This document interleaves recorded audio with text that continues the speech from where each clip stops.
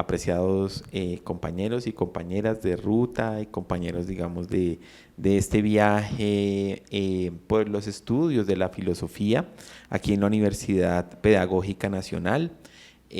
A los que nos escuchan, asistentes, a Giorgio, a Edgar, pues muchas gracias por estar acá nuevamente en este espacio de Filosana, estas clases de Filosana impulsadas por la Vicerrectoría Académica, que es un espacio que busca tener una reflexión, una perspectiva un poco diferente de, bueno, no sé si un poco diferente, pero por lo menos una reflexión acerca de varios temas que consideramos que son importantes. Hemos venido hablando, digamos, de la naturaleza con el dios Pan, a su vez, digamos, de una reflexión por la cautela.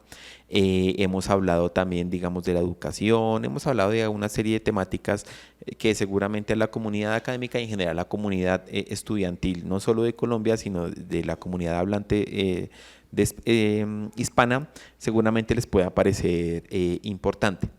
Hoy queremos establecer una relación de un tema que hemos venido estableciendo varias veces, o una correlación entre una visión, le diría más que un concepto, es una visión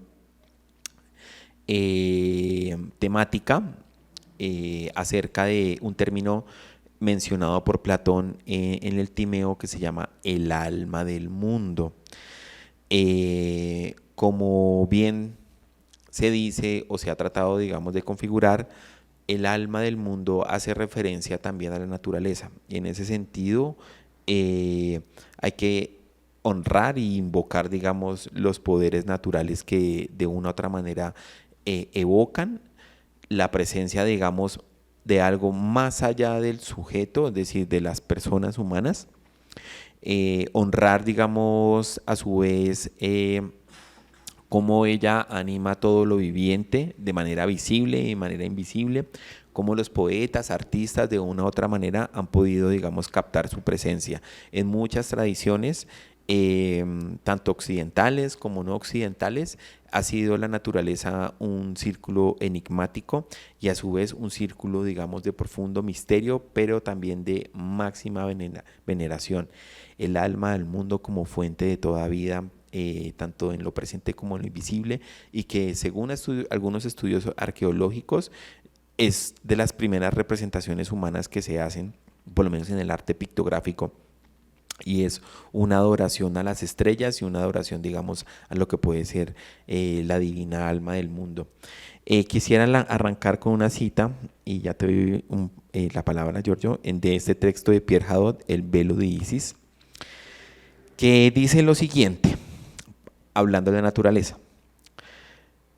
Heráclito tiene una frase muy famosa, que es Heráclito el pensador presocrático, según James Hillman, el primer psicólogo. Tiene una frase que dice, la naturaleza ama esconderse.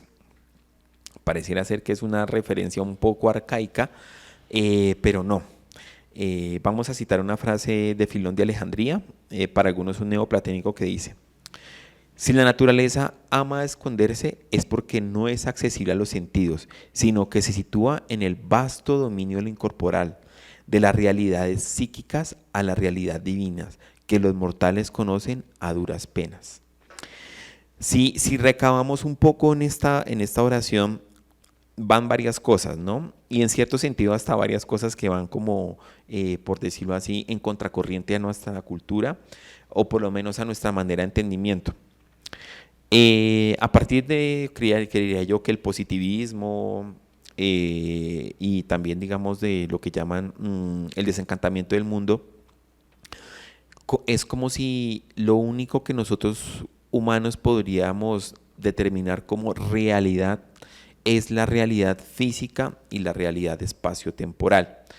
Es como si cuando una persona dice lo real es lo tangible, lo tocable, lo que se puede ver, lo que es accesible a los sentidos, es como si nos quedáramos con una porción de esto de que el alma, perdón, de esto de que la naturaleza ama esconderse, es como si nos quedáramos con una porción de la naturaleza que es incógnita, pero que lo va a ser, pero que nuestra cultura ni siquiera le interesa ingresar, digamos, a este sentido incógnito, a esta realidad no accesible a los sentidos, sino como dice él, se sitúa en el vasto dominio de lo incorporal, de las realidades psíquicas a la realidad divina, que los mortales conocen a duras penas. Y aquí podemos hacer un salto que puede ir en varios niveles, ¿no? Dice, claro, en cierto sentido no es completamente accesible a los sentidos y en cierto sentido es incorporal y en cierto sentido también tiene que ver con una realidad psíquica. Las realidades psíquicas hoy en día, debido al estudio científico que está muy bien, ha logrado, digamos, avances en el entendimiento humano, en el entendimiento del cerebro, en el entendimiento de muchas cosas, creo yo que está muy bien, pero quedarnos solo ahí creería que es una especie de limitación. La realidad psíquica es algo que no se puede ver. ¿A qué le llamamos realidad psíquica, Giorgio? Y digamos aquí los presentes. Realidad psíquica le llamamos a aquello que de una u otra manera podemos ver en parte algo, pero en parte no vemos. Por ejemplo, tu persona, Giorgio. Entonces yo puedo ver la parte física, puedo escuchar su lenguaje, me puede expresar sus emociones, me puede hablar mucho de él, pero Giorgio en cierto sentido existe en un espacio incorporal y en cierto sentido en una realidad que no es completamente visible. Si yo abro, digamos, qué sé yo, el cerebro de Giorgio, posiblemente no encuentre a Giorgio. Porque Giorgio se expresa en el cerebro, claro. Necesitamos, digamos, de la capacidad cerebral para que funcione bien, tenga coordinación en su lenguaje, en su voluntad, de todo eso, sus deseos, en su capacidad de razonar. Pero es una paradoja porque pareciera ser que tratamos de ubicar a Giorgio en el cerebro. Sí, obviamente Giorgio recibe un golpe en el cerebro, va a tener alguna limitación, un mareo, digamos, se puede sentir mareado, pero Giorgio no es completamente cerebral. Y por eso es que de una u otra manera la naturaleza ama esconderse, inclusive nosotros mismos. Para nosotros mismos nosotros somos un misterio. Pero aquí queremos ampliar, digamos, esta visión, lo que llamaban los griegos la physis, no solo desde un punto de vista físico, sino también darnos cuenta que lo físico, así como por ejemplo Giorgio puede estar animado por lo físico, sus características fisiológicas y como persona lo pueden constituir, pero no solamente es eso. Giorgio también tiene una parte invisible y esa parte, digamos, invisible es también la que de una u otra manera la naturaleza ama esconderse. ¿Cómo la ves, Giorgio, en este tema que nos convoca hoy, el divino tema del alma del mundo para algunos? Camilo, ante todo quiero pues saludarte y darte las gracias por volverme a invitar a este espacio. Este es un espacio muy significativo para mí, pues por todo lo que se habla, se aprende y se comprende, se comparte con todos los demás. Asimismo, un gran saludo para todas las personas presentes, las que van a ver esto en cualquier momento. Un saludo grande para Edgar y para toda la Subdirección de Recursos Educativos. Efectivamente, existe. ¿Se queda sin batería? Mira. Efectivamente existe un ocultarse dentro de la naturaleza. De hecho, podemos verlo con los animales que no se encuentran cómodos con el ruido de la sociedad. Algunos ya se han adaptado, por supuesto, pero estruendos como el de la pólvora o el de los altos decibeles de un parlante generan un miedo, un espanto por parte de ese pánico del que hemos hablado por parte de los animales. Pero bueno, también nos pasa a nosotros las personas, ¿sí? Somos parte de la naturaleza, hacemos parte de ella y somos también seres naturales atravesados por toda esta condición.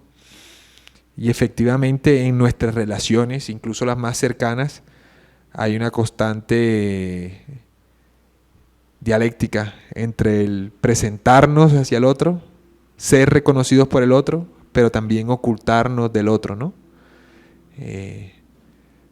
Nos ha pasado con amigos, incluso nosotros mismos a veces tratamos de ocultar rasgos nuestros, de nuestra personalidad, ya sea porque no nos parezcan o porque nos dan algún tipo de vergüenza o porque no lo hemos notado, pero efectivamente incluso para nosotros mismos somos un misterio y vivimos en espacios y procesos de ocultamiento.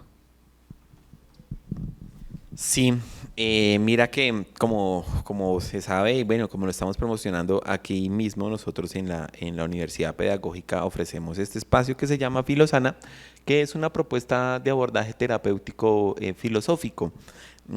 Como lo hemos tematizado en otros escenarios, la palabra terapia significa esto, cuidado del alma. Y es muy curioso cómo una persona que va a terapia de una u otra manera tiene que recurrir a esos espacios, digamos, imaginativos, a esos espacios que si se quieren invisibles, que de una u otra manera lo constituyen. Por ejemplo, podríamos decir, podríamos decir que un espacio invisible que nos constituye, como tú lo acabaste de decir, cuando tenemos presente amigos o seres queridos, es la memoria. La memoria es la memoria para el pensamiento platónico va a ser fundamental, para el pensamiento neoplatónico va a ser fundamental y para nuestras teorías psicológicas va a ser súper fundamental. ¿Por qué no? Y es muy curioso, ¿sabes? Porque a pesar de que se habla mucho de digamos, de la visión o posibilidad tecnoadventista o lo que se llama, digamos, como cada vez los aparatos técnicos y tecnológicos que para algunos se inició con la primera herramienta van a constituir una especie de ser humano en el futuro, ¿no? Y es como si todo se estuviera yendo hacia adelante y como si la gente se proyectara hacia adelante. Y eso pasa en todo lado, uno escucha y que ya lo conversamos con compañeros y es como uno, en mi caso y seguramente en el de muchos, vive proyectado hacia el futuro, en un futuro, digamos que no sabemos si exista, pero a su vez pareciera ser que las condiciones del alma requieren una memoria y un pasado. ¿A qué voy, no? Cuando una persona va, digamos, a terapia, por lo menos nuestras teorías a partir de Freud, es que algo le pasó en el pasado. ¿Y cuál es el pasado? La infancia. Y es como si la primera infancia, en los primeros momentos de vida, pasó algo que va a afectar su vida en la adultez, e inclusive va a afectar su vida hasta por decirlo así, hasta la muerte. Y si te das cuenta, es siempre buscar un pasado que empieza en la historia personal y digamos que es un pasado que trata de buscar eso, un arraigo, una manera de poder entender qué es lo que pasa, ¿no? Pero, por lo menos lo que se sabe, hasta inclusive en teorías, desde la perspectiva científica, es que la memoria reconstruye un pasado. La memoria, ella misma va relatando lo que aconteció. Y es como si la memoria, que eso me parece súper interesante, y bueno, Freud también se da cuenta de todo esto, ¿no? Y es, la memoria tiene una capacidad de reconstruirse a sí misma y tiene una posibilidad de contarse a sí misma. Cuando estamos digamos, en consulta, escuchando a las personas y también cuando nosotros tenemos que relatar nuestros acontecimientos, uno se preguntaría, ¿no? Y es, ¿por qué hay unos acontecimientos que sí son relevantes y otros que no? ¿Cierto? ¿Por qué hay unos que para algunas personas, qué sé yo, el hecho de que la mamá no le hubiera servido la sopa, eso es súper indignante en la niñez y va a durar eso hasta la adultez? O para otros va a ser que el papá no le dijo te amo, te quiero, no sé. O sea, ¿y por qué fue eso y no fue otra cosa? ¿Por qué no fue, digamos, el hecho de que se fracturó un pie? Porque mira, hay veces en consulta, digamos, uno escucha, no, es que cuando era niño me fracturó un pie. ¿Y tienes algún trauma de eso? No, ninguno. Tengo eso el trauma de X cosa. Entonces es curioso porque es como si la memoria misma insistiera en contar algo. Contando aquí con los neoplatónicos, el alma utiliza la memoria para contarse. Y como lo vimos ahorita, claro, el alma y la naturaleza están profundamente unidas, por no decir que el alma y la naturaleza tienen un puente, y por eso de una u otra manera recurrimos al pasado para encontrar esta memoria, porque de una u otra manera, claro, el alma, digamos, la naturaleza ama esconderse, pero también se presenta, y curiosamente se nos presenta en la memoria. para el pensamiento platónico y neoplatónico, la memoria es la capacidad no de, digamos, necesariamente recordar, sino de aprender. Por eso, cuando aprendemos algo, lo recordamos siempre. Y por eso, digamos, de una otra manera, rememorar es aprender. Y en ese sentido, claro, ¿qué en nosotros se presenta y qué en nosotros se esconde? Porque tú lo decías, pareciera ser que para nosotros mismos somos un misterio, ¿no? Porque hay personas que, digamos, pareciera ser que viven, o así nos han enseñado también a pensar, que es como si nosotros fuéramos una constante todo el tiempo, que hubiera como una especie de ego, capitán de la psique, que todo el tiempo es constante y no es así. Y en ocasiones aparece uno y aparece otro, y en ocasiones la memoria, hay personas que, digamos, en su adultez o antes, les llega un recuerdo de la memoria que termina nuevamente, digamos, por decirlo así, prefigurándolos o configurándolos nuevamente porque tenían lo que se llama una memoria, digamos, reprimida, sale y esa persona ya no vuelve a ser la misma. Y le toca empezar a trabajar con esa memoria. Y la naturaleza y la memoria también hablan mucho ahí de esa manera de conocerlo. La naturaleza y la memoria tenía que ver mucho con la imaginación. Por eso se nos dice mucho que aquel que recuerda en cierto sentido y que recuerda parte de sí, tiene en cierto sentido un llamado, ¿no? Es el llamado élfico de conocerte a sí mismo. Y hay que recordar que Delfos, ¿cierto? Es una isla del dios Apolo, ¿cierto? Y que habla de esto, también habla de recordar. Pues yéndonos al adagio popular, recordar es vivir. Y es cierto, la memoria es un tema bien interesante y bien álgido.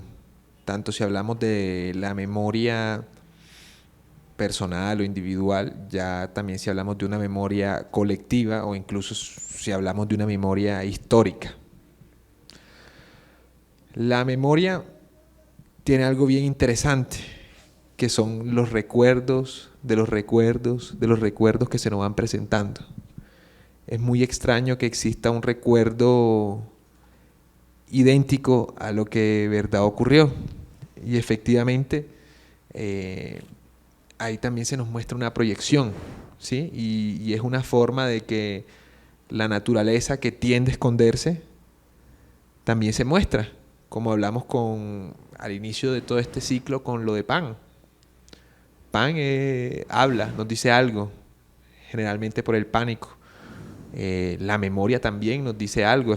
Volviendo al inicio de esta conversación, hay recuerdos que por algún motivo se nos hacen más vívidos de cosas que podrían ser insignificantes, y hay cosas graves que de pronto, como un propio mecanismo de defensa, las olvidamos. O caso personal, yo me partí el fémur y no me acuerdo cómo es el dolor. Me acuerdo que dolió muchísimo, pero no me acuerdo cómo es. Entonces, efectivamente, en la memoria se da ese juego del ocultar y del mostrarse y del proyectarse, que es nuestra forma de hablar. Y como para cerrar esta intervención que estoy realizando, cuando hablamos de la memoria colectiva y de la memoria histórica, pues incluso se vuelve más complicado el asunto, porque en ocasiones son más fuertes las cosas que se quieren olvidar o las cosas que se quieren recordar. Y todo por ejemplo, el caso aquí de la paz en Colombia, todo este proyecto de memoria es principalmente con un fin, como valga la pena decir, de proyecto, de futuro, de proyectar una reconciliación, pero más allá de una reconciliación, es una no repetición del conflicto, o por lo menos de muchos aspectos del mismo. Sí, un no olvido.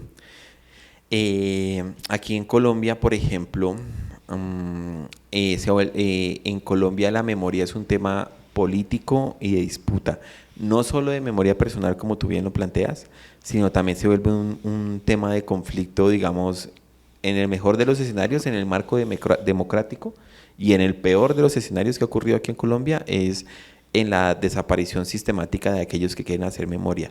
¿Y por qué es tan importante, no? Digamos, y qué hace eso, ¿no? Porque claro, eso es cierto. La historia la cuentan los vencedores. Y nosotros hoy estamos curiosamente contando una historia. La historia, no sé si perdió la batalla, pero estamos contando la historia de algo que no se escucha mucho. Y es hablar del alma del mundo como naturaleza y hablar, digamos, de alma del mundo como fuente de vida de todo lo que existe. Y ahorita citaremos algo pues, bien bonito. Y es el alma del mundo como la potencia de la belleza que todo lo une. Claro, en Colombia, digamos, en Colombia el tema de la memoria también es atravesado por qué tipo de historia se narra y qué tipo, digamos, de, de valores y qué potencias de la memoria se quieren recalcar, ¿no? Por lo menos hasta la Constitución de 1991 y todavía sigue, ¿no? Digamos que en el Pensum en Colombia se contaba como la historia colombiana de algunos próceres y en cierto sentido una especie de lucha a la independencia que construye una nación y después digamos cómo tiene que defender su territorio, la guerra de los 1000 días contra Perú, todo esto. Y se contaba también cómo había un sector, la oligarquía colombiana, que era la que en medio de todo había liderado esos procesos para el beneficio de Colombia, ¿no? Pero pues eso obviamente eso no es así. Ese tipo de narraciones, digamos, tiene como fin un poder político, pero también un poder del imaginario o de la imaginación. Por eso es que la imaginación de la memoria es tan poderosa y tan disputa. Se encuentra en disputa en nosotros y en lo político y en lo natural. Y por eso, claro, nosotros hacemos aquí referencia a la memoria, pero también Platón decía, claro, es que la memoria tiene que ver con lo justo y con lo bello. Y por qué, digamos, no sé, tal vez haciendo una cuestión hermenéutica, ¿por qué Platón hacía una referencia a la memoria con la belleza y lo justo?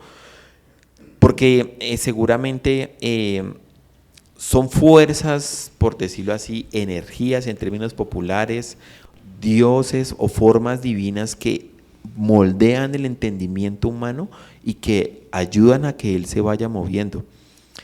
En Colombia, lastimosamente, ha habido una lucha literal armada por la memoria, por la memoria histórica, porque también no es solo es memoria histórica, sino también es memoria del territorio y de la geografía. Una de las cosas que pues es muy triste mencionar y también digamos que sale a flote, es como las víctimas del conflicto y algunos victimarios, cuando realmente atraviesan un proceso de perdón que necesita contar qué fue lo que se hizo, hay también una resignificación de la tierra y en cierto sentido, por lo menos en los poemas que yo he visto y en las reconfiguraciones del dolor, digamos, de las víctimas, algunos han tratado de hacer un proceso de memoria histórica y de arte, y sobre todo han encontrado en el arte una posibilidad de transformar su sufrimiento,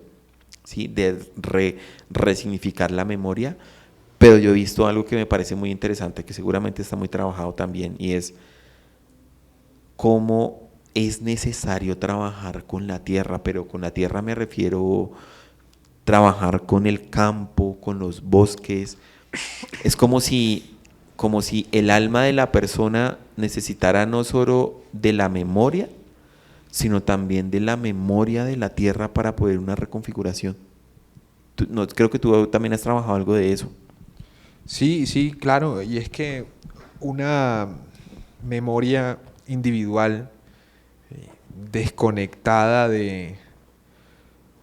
pues del otro, desconectada de la tierra, desconectada de la naturaleza, deja de ser una memoria propiamente dicha, porque pierde, por una parte, ese potencial y ese ideal de reconocimiento, y asimismo también pierde ese potencial e ideal de proyectarse, ¿sí? Y es que efectivamente nosotros cuando recordamos algo, lo recordamos ya sea por lo justo o por lo bello. No porque nos haya parecido justo, sino estamos buscando una justicia, puede ser, o no porque nos haya parecido bello de pronto obligatoriamente, sino porque es algo feo, y hacer algo feo, o sea, digamos como un mal momento, pues eso también nos evoca su contraparte, su contracara, que es un momento bello. Entonces, efectivamente, la memoria es un momento, un espacio, una acción, son todas esas cosas a la vez en la que habla la naturaleza. Sí, entonces pareciera ser que se expresa de manera trágica, muy dolorosa para varias personas del conflicto armado. Los griegos tenían un mito, ¿no? Y es el mito también de la memoria, Mnemosine. La diosa de la memoria, digamos que también de ellas provienen las musas, de las artes, pero a su vez también tenían el mito de que Mnemosine tiene que ir con el leteo, el olvido. Y es muy curioso y por eso es que la naturaleza ama esconderse, porque de una u otra manera pareciera ser que para poder vivir hay que poder olvidar, ¿no? Borges lo trabajaba en su famoso texto, Funes el el memorioso. Funes el memorioso, el tipo que recordaba todo, absolutamente no podía vivir. Y también es como si en nosotros la misma naturaleza hiciera ese equilibrio hasta psíquico, ¿sabes? Porque cuando uno escucha, por lo menos que hemos escuchado acá las personas, tanto en grupos como consultantes de manera individual, inicialmente hay un proceso de memoria, después hay un proceso de reinterpretación de esa memoria y pareciera ser que después hay un proceso, digamos que de olvido, pero un olvido que está relativamente presente. Y eso es lo que permite que la persona, digamos, en cierto sentido, pueda, digamos, en términos coloquiales, avanzar o vivir. Pero ese equilibrio es como si, a mí me parece, por lo menos lo que he vivido y lo que he visto en los demás, es como si ese mismo equilibrio psíquico lo hiciera la psique o el alma, si tú quieres. Y es, como tú lo decías, me partí el fémur, pero no me acuerdo. En su momento fue un dolor intensísimo, pero ya no me acuerdo de él. Y uno puede escuchar, digamos, en cierto sentido eso de cómo la memoria va trabajando con... Es muy misteriosa. La memoria va trabajando con el olvido y con todo esto. Y lo que pasa es que, digamos, en términos de lo que estamos hablando de la naturaleza ama esconderse, se nos presenta en cierto momento, de cierta manera, una manera de presentarse el alma al mundo es con la memoria. Y por eso también de otra manera se oculta. Es como si ella, no sé, se le presentara a los humanos y se les esconde por una situación muy rara, ¿no? Es curioso. Y estamos en el espacio psíquico tratando de indagar cómo una persona, por ejemplo, dice su gran amor, que fue hace 5 años, pero dice, no, ya no es mi gran amor, ya es otra cosa. Entonces va pasando por diferentes momentos. Y claro, como lo estamos aquí, digamos, tratando de recalcar, y es esta presencia, digamos, de la memoria, del olvido, y también cómo eso hace territorio y hace política. Por eso es que en Colombia, lastimosamente, las personas que hemos trabajado en memoria histórica, bueno, a mí me gusta más hablar de memoria del territorio, más que histórica, por una situación, digamos, epistemológica, pero también yo creo que de cuestión de vida, y es cuando uno, lo que te venía contando, las personas que hacen trabajo de memoria lo hacen es mucho con el territorio, ¿sabes?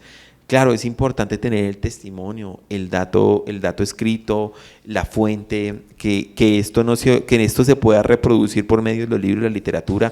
Hoy en día por los medios tecnológicos es súper importante eso para que la memoria quede ahí, pero también es como si el mismo territorio tuviera un proceso de transformación y transfiguración. Entonces, uno puede encontrar en Colombia cómo hay huertas de paz, ¿cierto? Cómo hay comunidades que tratan de reconstruir la memoria desde ahí, a su vez cómo hay grupos al margen de la ley, que quieren, digamos, dinamitar esa parte militarmente, porque es como si la misma historia, por decirlo así, del alma del mundo se estuviera expresando ahí.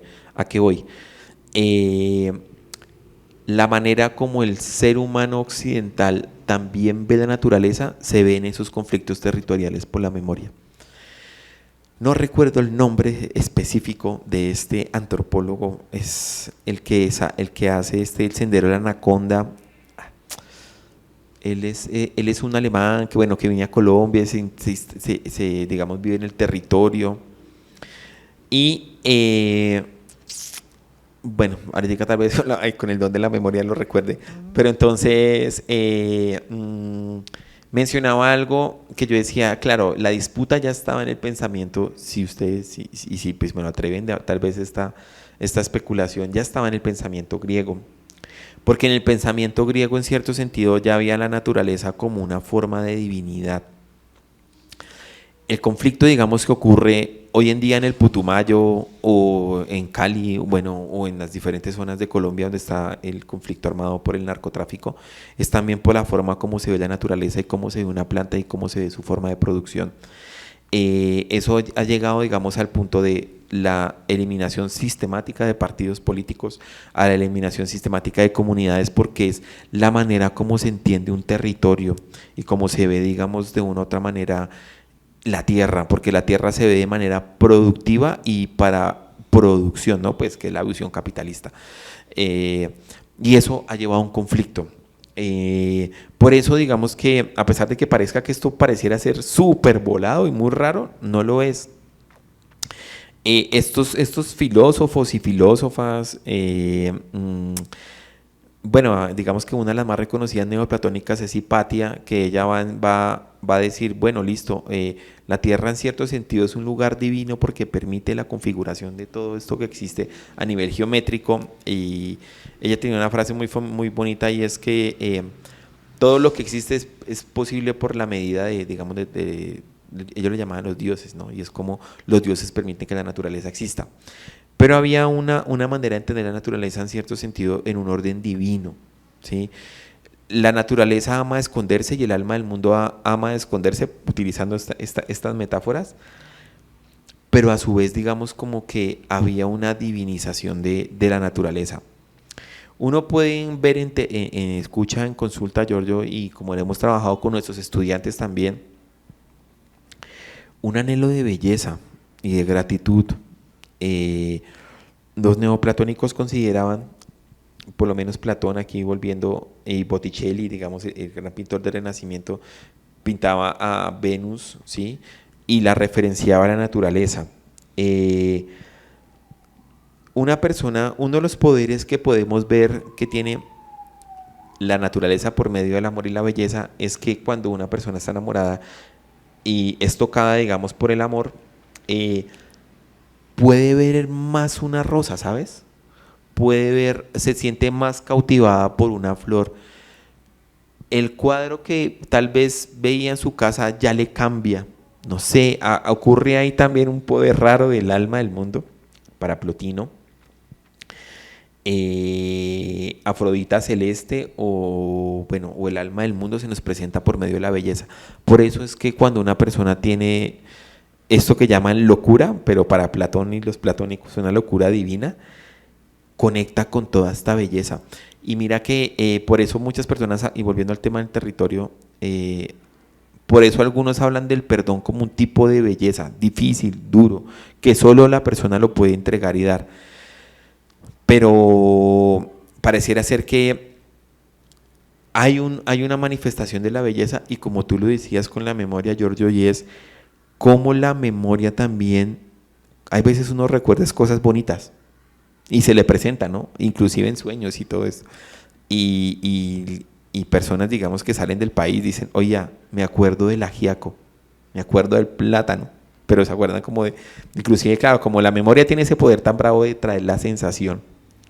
Entonces, pareciera ser que el alma del mundo se nos presenta en la memoria como conflicto territorial hoy en día, pero es una disputa muy antigua de cómo la naturaleza era, en cierto sentido, un orden divino, ¿no?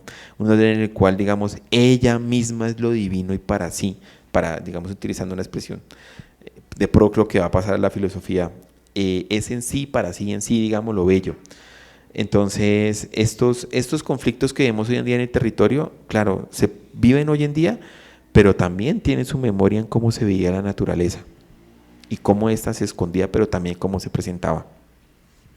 No sé tú cómo lo ves. Sí, por supuesto, efectivamente, la naturaleza se ha visto desde varias percepciones y eso ha sido una batalla constante. Y hay un olvido de la naturaleza, sin embargo, ella reclama, ¿sí?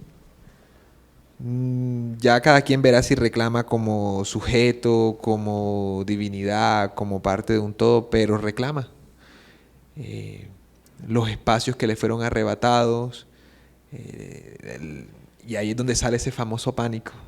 El dios Pan. Del que ya hablamos, con el que abrimos. Pero te gustó bastante hablar del dios Pan. Sí, claro, efectivamente, y es que ese olvidarnos de la naturaleza nos termina recordando la misma. Por ejemplo, cuando se construye en una zona que no se debería. Claro, el urbanismo, por ejemplo, una cosa que uno dice, bueno, que son dicotomías complejas de analizar, ¿no? Porque uno dice, bueno, ¿por qué ciertos lugares sí realmente son bellos? Claro, está la cuestión de que fue para una clase social o para un sector de la población, sí, no sé qué. Pero hay veces uno puede ver en ciertas partes de Colombia inclusive cómo había cierta homogeneidad, para los que tenían casas, no sé, en pueblitos uno puede ver cómo, así sea, en cierto sentido, claro, se nota el que tiene dinero al que no, obviamente, eso siempre va a pasar, pero había una cierta homogeneidad en el sentido estético, ¿sabes? En el sentido de cómo se configuraba el entorno con el ambiente. Por eso, digamos, mucha gente dice, me quiero escopar este fin de semana a un pueblito, porque también hay una necesidad ahí estética, ¿no? Una necesidad de belleza. Y claro, digamos, ahí se habla con la naturaleza, con el dios Pan. Eso, por ejemplo, podemos verlo en civilizaciones antiguas como los Zenú. Mira, era un pueblo anfibio y cómo ellos tuvieron esa adaptación con la naturaleza, no era una lucha contra ella, diferente a lo que se vivió ya desde una mirada más conquistadora, que fue vamos a secar los humedales, vamos a secar los ríos, vamos a tumbar los mangles y vamos a hacerlo tierra firme, porque entonces ya no hay esa sincronía y el agua, por decir algo, no se ve como un recurso necesario, que si bien sigue siendo un recurso necesario, sino se ve como un estorbo que nos quita un terreno en el que podemos construir, y construyes ahí, dentro de unos años salen los efectos. Claro. La naturaleza, ese alma del mundo que estaba animada para algunos de nuestros aborígenes, animada. Y que se escondió, la escondieron, pues termina saliendo nuevamente. Hablando del dios Pan, es que el dios Pan nos demuestra eso, cómo la naturaleza está animada. Mira, te puedo asegurar lo siguiente: una persona que tiene pánico en su noche, si está solo o acompañado, y deja la ropa en un sillón o donde sea, en pánico, te puedo asegurar que la persona ve cómo la silla le habla y hay alguien ahí que lo habita, porque está animado, porque nuestros estados psicológicos, que no son de nosotros, sino que en cierto sentido, siguiendo esa tradición neoplatónica, son influjos divinos que vienen como por decirlo así, a sacudirnos. Te puedo asegurar que una persona en esos estados de ánimo no ve un mundo muerto, no ve un mundo muerto solo para, no sé, como una cosa muerta, ¿sí? Lo que pasa es que esa es una visión, por eso les decía que es una visión, arrancábamos con una visión, porque es una visión que nos dice, mira, el mundo realmente está vivo, no solo tú tienes realidad psíquica, el mundo también.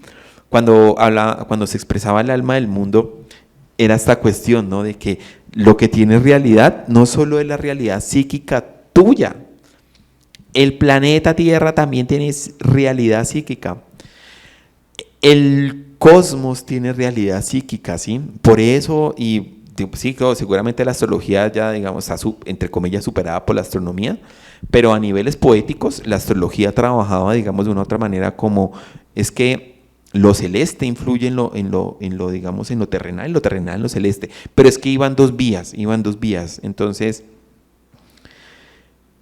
eso de una u otra manera pareciera ser que es anacrónico, pero hoy, digamos, hablando de la memoria, rememoramos esto. Tú decías una frase muy bonita, ¿no? Cuando una persona recuerda, la palabra significa literalmente volver a pasar por el corazón, literalmente. Recordar es un término latino que significa literalmente pasar por el corazón. Cuando una persona recuerda algo que le o aterrorizó, o espantó, o lo alegró mucho, su rostro cambia, su fisionomía cambia. Inclusive hay gente que dice, mira, este libro me asustó en algún momento mucho, ¿sí? Entonces, la Biblia me asustó mucho. Entonces, era como esta cuestión de cómo los estados psicológicos tienen la posibilidad de reanimar. Tú dijiste algo muy bonito, ¿no? Y es como la naturaleza de una u otra manera se nos presentó, se nos olvidó y por nuestro sistema de producción y sistema que tenemos ha quedado como, por decirlo así, relegada, pero ella creo yo, me parece a mí, más que creer es que me parece a mí, nos sigue hablando. Quiero leer una cita de James Hillman muy bonita, dice lo siguiente. Platón tiene un libro que se llama El Timeo, y en el Timeo él lo que hace es como describir cómo es que es este cosmos, cómo es que funciona, no sé qué, cómo hay un gran demiurgo que utiliza las formas eternas, digamos, para construirlo. Entonces, un ejemplo de una figura eterna, que eso es una discusión en matemáticas, pero por ejemplo, las matemáticas, en cierto sentido, todo el mundo dice, ¿no? Las matemáticas son infalibles. 2 y 2 más 4 van a ser hace 5.000 años hasta los próximos 5.000 años que vienen. Las matemáticas es como si estuvieran en una realidad atemporal, ¿sí? Como que, por eso dicen algunos, ¿no? Los que estudian matemáticas y eso, por lo menos en las tradiciones espirituales dicen, los que estudian matemáticas o física están más cerca de lo divino, porque están en esta realidad atemporal, no cambia, ¿sí? Digamos tú, pues, inclusive nuestras teorías de la física hoy en día, ¿no? Pues Big Bang y todo eso, que son modelos matemáticos realmente, ¿sí? Que claro, buscan una comprobación empírica, pero son modelos matemáticos que buscan una explicación del origen y buscan una proyección al futuro, y más o menos hoy en día está en nuestra física, ¿no? Pero quiero resaltar algo que dice Hillman que me parece súper bonito. Dice, además, todavía en la gran cosmología platónica, después de la tierra, el agua y el aire y el fuego, una quinta forma geométrica que el Platón dice que los demiurgos usaron para la forma del todo. Un dodecaedro, una figura de 12 lados. Según Platón, tiene un patrón de figuras animales. ¿Qué quiere decir esto? ¿Acaso el todo, la quinta esencia suprema, el conjunto y todo tiene un patrón de figuras animales en él? Un hijo muy físico de la metafísica aquí pluralista también, por supuesto.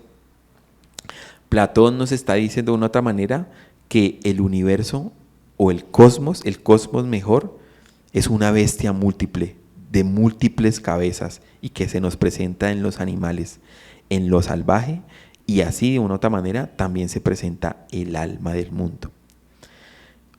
¿Y qué ha pasado con nuestra tradición? ¿Ha considerado los animales inferiores a los humanos? Y el alma del mundo se expresa, su sabiduría está inclusive en un animal. Para muchos pueblos, inclusive los aborígenes de nuestras tierras, los que le dieron la capacidad de hablar al hombre fueron los animales. En el mito de la Pachamama inca, los que le dan la posibilidad de hablar a los humanos son los animales, son los que los guían.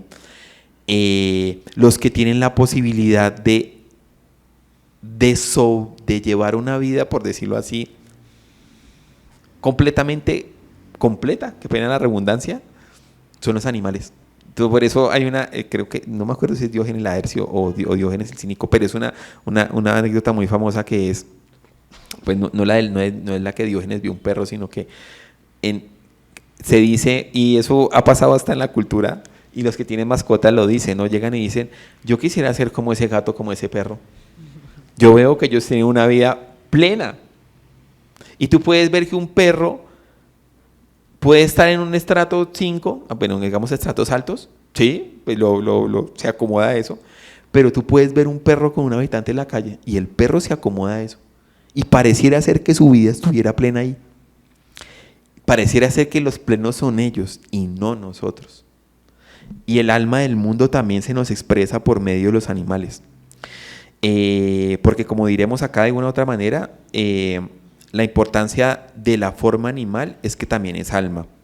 Y también se está sugiriendo que los animales también contienen influjos divinos del alma del mundo. ¿Qué ha pasado? Que nosotros hemos perdido de vista eso, Giorgio. Y por eso la lucha que ocurre hoy en día en el territorio por Colombia, de cómo se ve la hoja, la coca, la marihuana, todo esto, es también por una desacralización del mundo.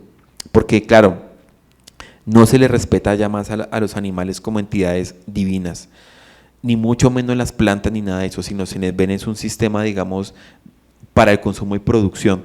Y es muy curioso y no, mira la doble relación, ¿no? Porque se utiliza una planta que para algunos es una planta sagrada, pero la planta sagrada enferma todo un continente, en este caso el continente americano, ¿no?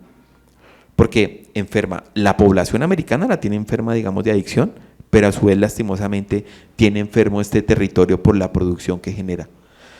Es una historia terrible, uno podría decir que es hasta una historia trágica de cómo, empezando por el alma del mundo en la memoria, cómo el alma del mundo se nos esconde y se nos presenta en medio de la belleza,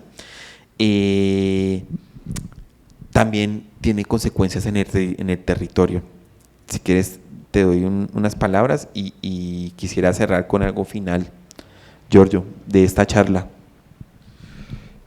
Bueno, yo siempre insisto y todo el curso con sus diferentes sesiones, charlas, han llevado al camino de la pluralidad. Abramos la escucha, abramos la forma de percibir el mundo, abramos la forma de producir dentro del mundo. Y es que los animales, pero también los mismos seres humanos, volvemos al tema del gestal, ¿no? Uh-huh. Ya somos mercancías, existencias para un sistema productivo que no le vemos un fin más allá de seguir produciendo, que se vuelve cíclico, pero que a la vez cierra la puerta a todo lo demás. Todo lo que sale de esta lógica pues es ignorado. Sin embargo, ese elemento, esas personas, esas culturas, la naturaleza que es ignorada, termina hablando, ya sea por medio del lenguaje o por medio de acciones, incluso a veces violentas, lastimosamente, pero se vuelve casi que necesario o incluso necesario. Entonces todo lo que se ignora termina apareciendo, y la memoria es un claro ejemplo de eso. Cuestiones que ignoramos aparecen, y muchas veces aparecen proyectadas bajo el manto de lo que sentimos en el momento, ¿sí? Bonito. Que eso hace que la memoria cambie totalmente. Citaste la memoria, citaste el sentir. Algo que los griegos, siguiendo las palabras de Hillman, tenían presente era que así como a los animales se les presenta un mundo que tal vez nosotros no podemos conocer, algunos dicen que sí, una cualidad que tiene el humano es como su sensibilidad también capta el mundo. Y su sensibilidad también tiene que ver con la divina diosa Afrodita para la cultura griega y para el mundo neoplatónico. Porque la divina Afrodita es la que termina ordenando todo este cosmos con belleza. Para algunos Afrodita ya tenía. Y como dice él, si nosotros los humanos sirviéramos con nuestra sensibilidad, pudiéramos servir a cómo ver cómo los rostros del mundo se presenta, cómo el alma del mundo se presenta en un atardecer, en un valle, en los amigos, en aquello que digamos de una u otra manera se está configurando un mundo bello que busca una memoria política, historia y justa, tal vez nosotros con nuestras cualidades podríamos, digamos, ayudar al alma del mundo. Porque como lo decían los griegos, ¿no? La palabra cosmos significa ordenado.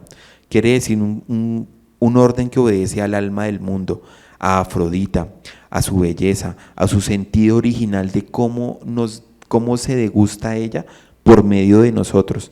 Tal vez si nosotros cuidamos eso, que como tú lo mencionabas, está en el sentir, en la memoria y en un recordar del corazón, que capta en el mundo una presencia de la belleza, que busca justicia política y reparación del territorio, tal vez podamos contribuir al alma del mundo y ayudar a la naturaleza cuando se nos presenta y ver en ella eso divino que tal vez aún persiste en nuestros corazones y en nuestra memoria.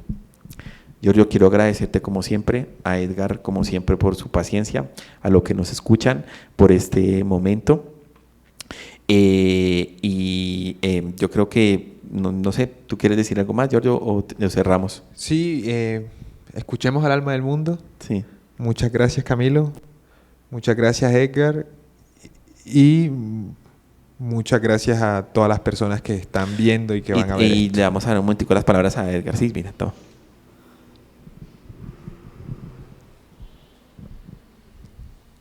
Gracias. Comentaban que el olvidar también puede ser como un mecanismo de defensa, ¿no? Yo tendría una ambigüedad en ese sentir, porque no sabría si sea también eventualmente algo positivo. Cuando digo positivo es que digamos, si yo olvido algo malo que me sucedió, pero con respecto a algunas personas, no sé, el olvidar esas situaciones que me hicieron sentir mal, me ayuda tal vez inconscientemente o conscientemente, no sé, a perdonar, porque yo olvidé lo que me hicieron, y pues estoy eventualmente perdonando, ¿sí? Vuelvo y repito, consciente o inconscientemente. O lo otro también que podría ver como positivo en el olvidar, si vuelvo y repito, si lo puedo llamar así, es la capacidad de sorprenderse. Cuando yo olvido, y de repente al día siguiente o cualquier día, digamos, no sé si sucederían las personas que sufren de Alzheimer. ¿Alzheimer? Perdón. Sí, Alzheimer. Se me olvidó. En las personas que sufren de Alzheimer, cualquier día despiertan y el olor a la taza de café que nuevo, ¿no? Eventualmente lo recordaban todos los días, les sorprende, o el olor, salen a su jardín y huelen las flores de su jardín y para ellos es nuevo porque no recordaban ese olor, ese aroma tan exquisito, qué sé yo. Entonces, esa capacidad de sorprenderse, pues debido a la falta de memoria, pues para mí sería, digo, no sé, positivo, sí, o algo así, ¿no? Y lo mismo, lo que me refería a olvidar los rencores, ¿no? Y la capacidad de perdonar, tal vez conscientemente, no sé, inconscientemente, perdón. Edgar, tú nos traes un ejemplo maravilloso que creo que no pude haber retratado mejor. Pues, bueno, sí que ya te doy la palabra, Giorgio, pero es que tengo la idea acá.